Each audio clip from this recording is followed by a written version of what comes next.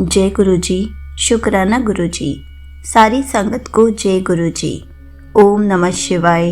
शिव जी सदा सहाय। ओम नमः शिवाय। गुरु जी सदा सहाय। शिव पुराण श्री कोटि रुद्र संहिता का 18वां अध्याय। ओमकारेश्वर महात्म्य। सूत जी बोले, हे विप्रगण, प्राचीन काल में श्री नारद जी ने गोकर्ण क्षेत्र में भगवान शिव का पूजन किया। फिर वे विंध्याचल पर्वत पर गए। विंध्याचल ने उनका आदर सत्कार किया और उन्हें उत्तम आसन पर बैठाया। स्वयं भी वह नारद जी के पास बैठ गया। तब नारद जी कहने लगे, विंध्याचल, तुम निश्चय ही महाबलशाली और विशाल हो। सभी पर्वत तुम में व्याप्त है, परंतु सुमेरु पर्वत का अपना अलग अस्तित्व व पहचान है। यद्यपि तुम में सभी गुण विद्यमान है, परंतु फिर भी सुमेरु की बराबरी तुम नहीं कर सकते।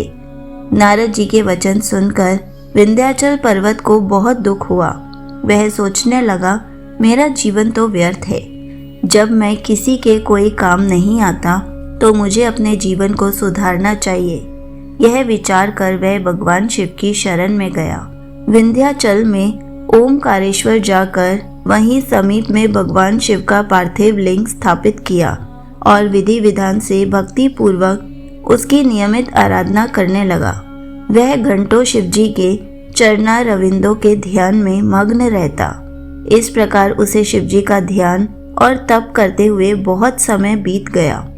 एक दिन उसकी तपस्या से प्रसन्न होकर देवादिदेव भगवान शिव ने उसे साक्षात दर्शन दिए तथा उसकी कामना जाननी चाहिए। शिव जी बोले, विंध्याचल, मैं तुम्हारी भक्ति भावना से प्रसन्न हूँ, वर मांगो।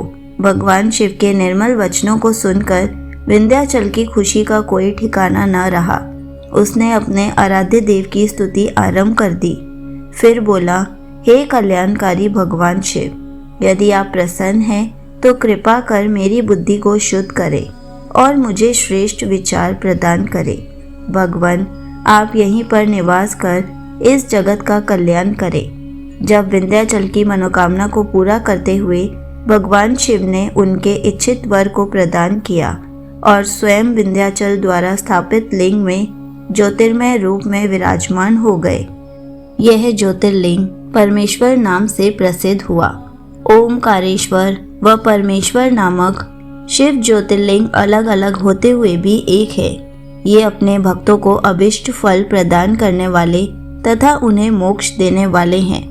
इस प्रकार अपने भक्त विंध्याचल पर अपनी कृपा दृष्टि कर शिवजी अंतर्धान हो गए।